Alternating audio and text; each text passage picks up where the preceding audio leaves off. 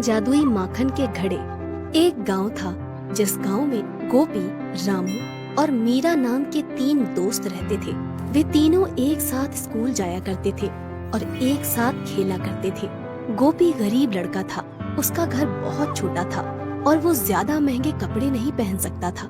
रामू और मीरा बहन भाई थे और वो बहुत अमीर थे। उनका बहुत सुंदर घर था।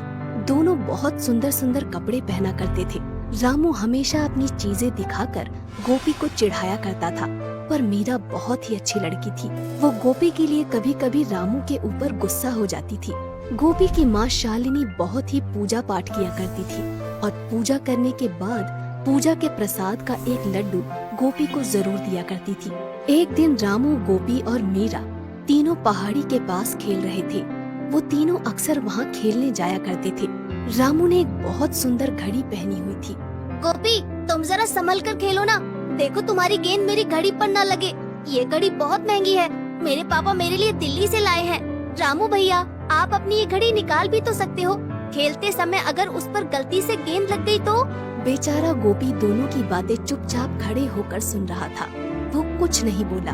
क्या हुआ गोपी? चलो तुम गेंद को मेरी तरफ फेंको। गोपी कुछ उदास हो गया था। वो बोला, मीरा, मुझे अब खेलने का मन नहीं है। कल खेलेंगे। हम घर चलते हैं। हाँ हाँ, चलो चलो घर चलते हैं। शाम भी बहुत हो गई है और मुझे भूख भी लग रही है। आज मेरी मम्मी ने घर में गुलाब जामुन बनाए हैं। चलो चलो जल्दी जल्दी चलो। चलो गोपी, तुम भी हमारे घर चलो। हम तीनों एक साथ रसगुल्ले खाएंगे। नहीं मीरा, देर हो जाएगी।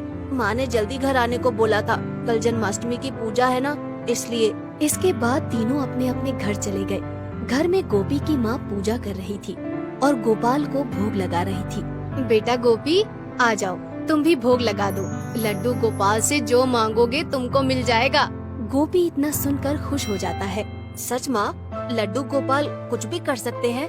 हम जो मांगेंगे वो हमें मिल जाएगा। हाँ बेटा, वो भगवान हैं। सारी दुनिया वही तो चलाते हैं। आओ, अब जल्दी आओ। मासूम सा गोपी खुश होता हुआ भागकर भोग लगाने लगा।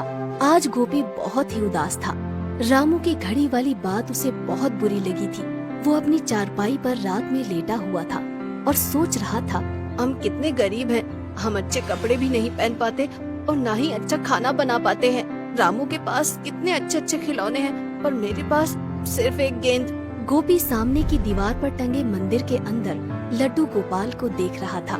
लड्डू गोपाल, क्या तुम हमें अमीर नहीं बना सकते? तभी गोपी की माँ वहाँ आ जाती है। गोपी बेटा, तुम सोए नहीं? रात बहुत हो गई है, सो जाओ। कल तुमको स्कूल भी जाना है।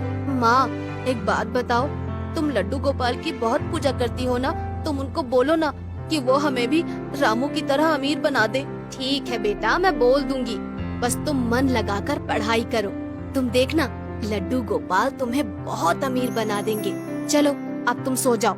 गोपी अपनी माँ की बात मानकर चुपचाप सो जाता है। अगली सुबह होते ही गोपी की माँ आवाज लगाती है, गोपी बेटा, जल्दी उठो, तुम्हें स्कूल नहीं जाना क्या? गोपी की आँख खुल जाती है और उसकी सारी नींद खराब हो जाती है। आंखें खुलते ही वो कहने लगता है, अरे लड्डू गोपाल, तुम इतनी जल्दी सवेरा क्यों कर देते हो? अभी थोड़ी देर पहले ही तो रात हुई थी और इतनी जल्दी तुमने सवेरा कर दिया।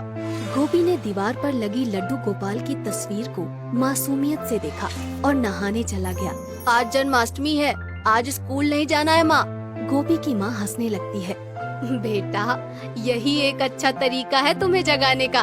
गोपी की माँ ने छोटी छोटी 3 मिट्टी की मटकियों में मक्खन भरकर एक प्लेट में सजाकर वो प्लेट गोपी को दे दी। बेटा गोपी, ये तीनों मटकियाँ मंदिर के पास एक रस्सी से बांध दो। गोपी ने पूछा कि इन मटकियों में क्या है। इन मटकियों में मक्खन है और हम आज लड्डू गोपाल को माखन का भोग लगाएंगे। कहते हैं मंदिर में मक्खन की मटकियाँ रखने पर रात को कृष्ण कन्हैया स्वयं आ जाते हैं और माखन खा लेते हैं, और जिसका माखन उन्हें पसंद आ जाता है उसकी सारी मनोकामनाएं पूरी हो जाती हैं। गोपी को ये बात बहुत अच्छी लगती है और वो छुपकर रसोई में जाता है और एक मुट्ठी शक्कर अपनी जेब में भर लेता है। घर के आंगन वाले मंदिर में पहुंचते ही गोपी अपनी जेब से शक्कर बाहर निकालता है। लड्डू गोपाल, मैं आपको ज्यादा मीठा माखन खिलाऊंगा, लेकिन आप बदले में मुझे अमीर बना देना। इसके बाद गोपी थोड़ी थोड़ी शक्कर तीनों मटकियों में डाल देता है और मटकियों को रस्सी से मंदिर के आंगन में लटका देता है। माँ, मैं खेलने जा रहा हूँ। मैंने मंदिर में माखन की मटकियाँ रख दी है। बेटा शाम को जल्दी आ जाना, आज जन्माष्टमी पूजा है। गोपी अपनी गेंद को लेकर टहलता हुआ पहाड़ों के पास उसी नदी के पास चला जाता है जहाँ वो अक्सर अपने दोस्त रामू और मीरा के साथ आता था। वहाँ जाकर गोपी की नजर एक फूलों वाले पेड़ पर पड़ती है। गोपी सोचता है कि ये कितना सुंदर पेड़ है, चलो इसके नीचे ही बैठ जाता हूँ। गोपी वहाँ बैठकर अपनी गेंद को उछाल उछाल कर खेलने लगता है कि तभी उसकी गेंद उसके हाथों से छूटकर नदी में जा गिरती है। और गोपी को तैरना नहीं आता था, इसलिए वो मायूस होकर वापस लौट आता है। रात को गोपी और उसकी मम्मी पापा साथ मिलकर लड्डू गोपाल की पूजा करते हैं और जन्माष्टमी का भोग लगाकर सो जाते हैं। अगले दिन गोपी जब मंदिर के आंगन में जाता है तो तीनों मटकियों के नीचे बहुत सारा मक्खन डला हुआ था। माँ, ये मटकियों से माखन किसने निकाला है? देखो कितना सारा माखन नीचे गिरा दिया है। बेटा अभी मंदिर के आंगन में तो कोई नहीं गया, जरा मटकियाँ खोल कर देखना। गोपी शरारत करते हुए तीनों मटकियों को फोड़ देता है। मटकियाँ फूटते ही उसकी आंखें फटी की फटी रह जाती हैं। तीनों मटकियों से हीरे और चांदी के सिक्के और नोटों की गड्डियाँ नीचे गिर रही थी। माँ, ओ माँ, जल्दी आओ, देखो इन मटकियों में कितना सारा खजाना भरा है। गोपी की माँ तुरंत वहाँ आ जाती है। हे भगवान, इतना सारा खजाना! लगता है लड्डू गोपाल ने हमारी प्रार्थना सुन ली है। गोपी और उसकी माँ बहुत खुश थे। अब वो भी बहुत अमीर हो चुके थे। उनके पास बहुत सारे हीरे और चांदी के सिक्के और 2000 के नोटों की गड्डियाँ आ गई थी। उन्होंने अपना बहुत सुंदर घर बनवा लिया था और सुंदर सुंदर कपड़े भी खरीद लिए थे। गांव के लोग समझ रहे थे कि गोपी के पापा बाहर से बहुत सारा धन कमा कर लाए हैं। अब गोपी अपने दोस्त रामू से भी ज्यादा अमीर हो गया था। अब गोपी बहुत खुश था। कुछ दिनों बाद रामू और मीरा गोपी के घर खेलने आते हैं। दोनों भाई बहन गोपी का घर देखकर दंग रह जाते हैं। इतना सुंदर घर उन्होंने कभी नहीं देखा था। रंग बिरंगे सुंदर सुंदर पर्दे और सुंदर सुंदर खिलौने और बहुत बड़ा प्यारा सा बागीचा। वहाँ बागीचे में बहुत सुंदर झूला भी था। गोपी, तुम्हारे पापा बाहर से बहुत सारा धन कमा कर लाए हैं। अब तुम भी बहुत अमीर बन गए हो।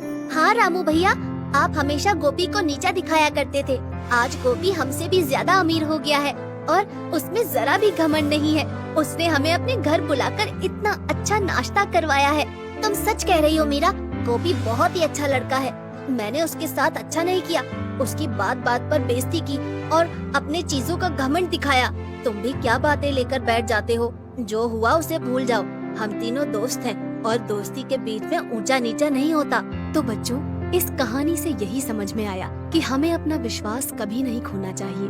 भगवान हमेशा हमारे साथ होते हैं।